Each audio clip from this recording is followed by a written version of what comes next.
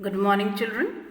Welcome to another session of geography, and today we are going to start with soil resources. This is our first session on this chapter, soil resources.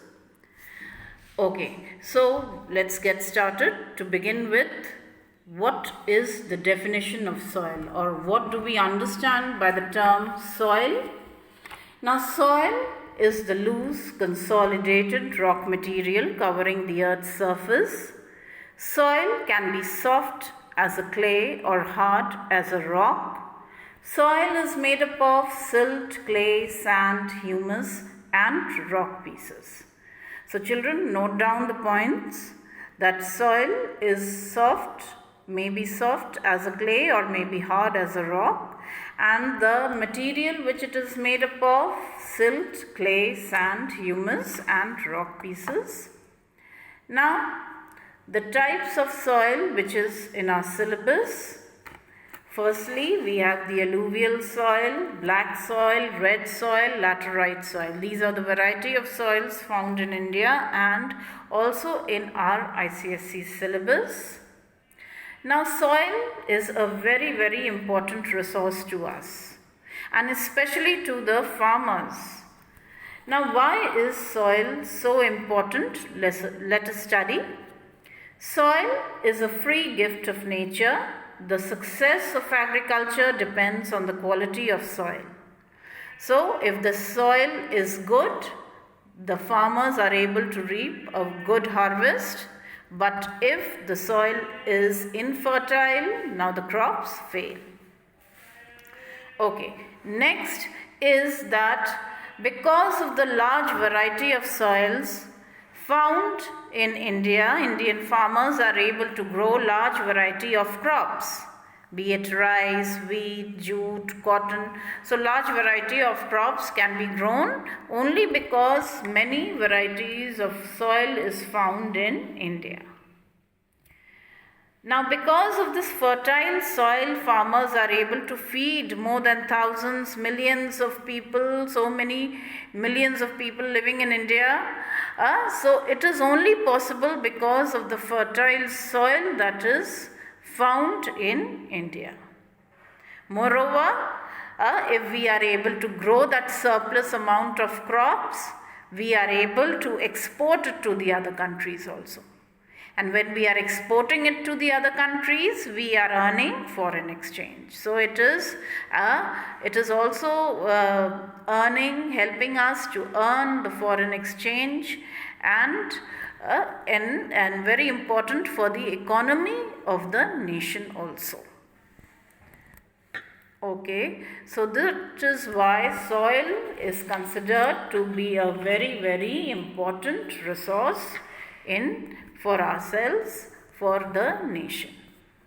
Now, the soil can be classified into two types: the in situ soil and the transported soil. Now, the in situ soil formed and found. The in situ is formed and found in the same place where the parent rock is existing. That means supposing the black soil, it is found in the same place where the parent rock was, that is the igneous rock. With the cause of the weathering of the igneous rocks, this in situ rock, that is the black soil, was formed. Similarly, for the transported soil, which is also called the ex situ soil, now it has been formed because it has been carried by the agents of erosion like winds or rivers. So it is not formed where it is found. It is formed somewhere else than where the parent's rock belongs.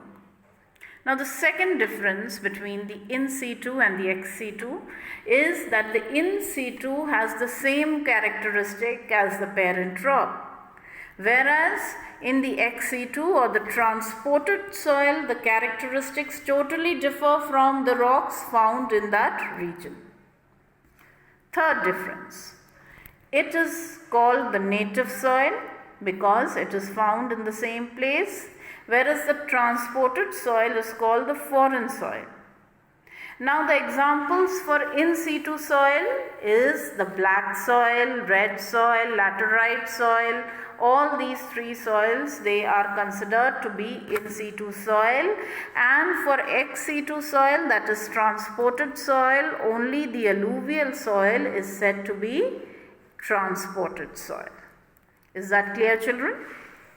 Okay. Now, why do we consider, or when do we consider soil to be good?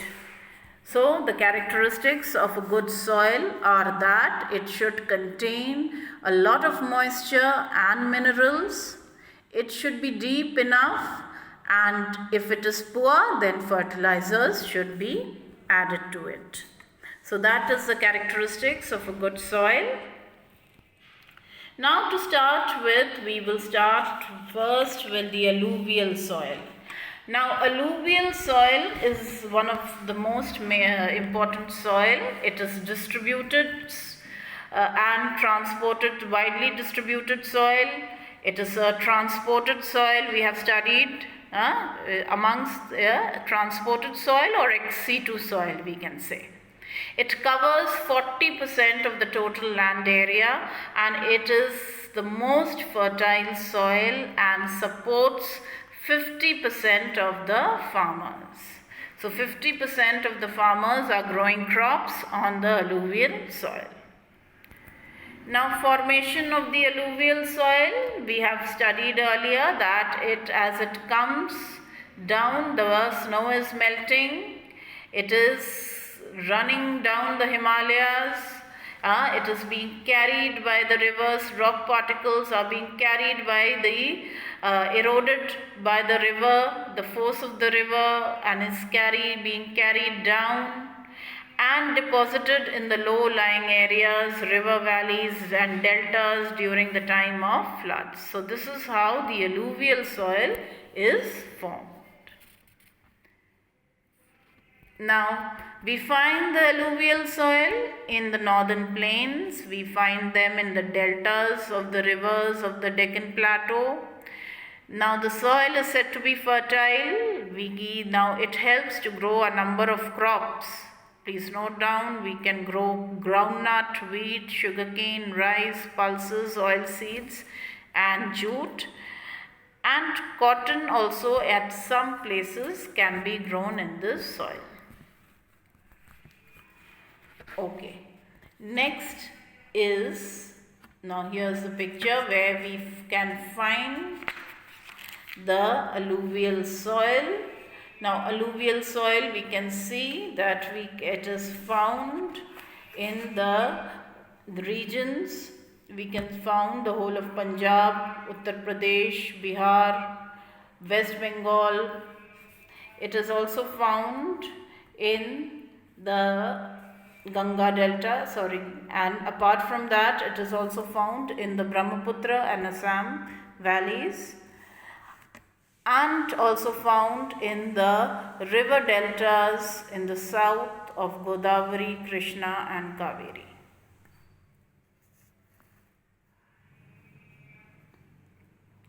Now, characteristics of the alluvial soil. We know it is a transported soil.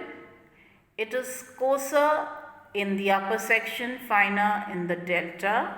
It is light in color, rich in potash and humus, poor in phosphorus and nitrogen. Children, please note down, all this is important. The characteristics are very important. It is highly fertile, good for crops, both Kharif and Rabi. The crops which can be grown, rice, wheat, sugarcane, cotton, jute. Areas where we find it, Punjab, Haryana, Uttar Pradesh, Bihar, West Bengal, Assam, parts of Orissa, delta regions of South India. Okay. Next is this alluvial soil can be divided into two types of soil. Can be further divided into two types. Children, please note. that the first type is the khadar soil and the second is the bangar soil. So the alluvial soil we are dividing into two: the new alluvial, which is called the khadar, the old alluvial, which is called the bangar. It has lower concentration of conquered nodules, that it is very fine. It does not have conquered nodules in it, whereas bangar has a higher concentration of conquered nodules.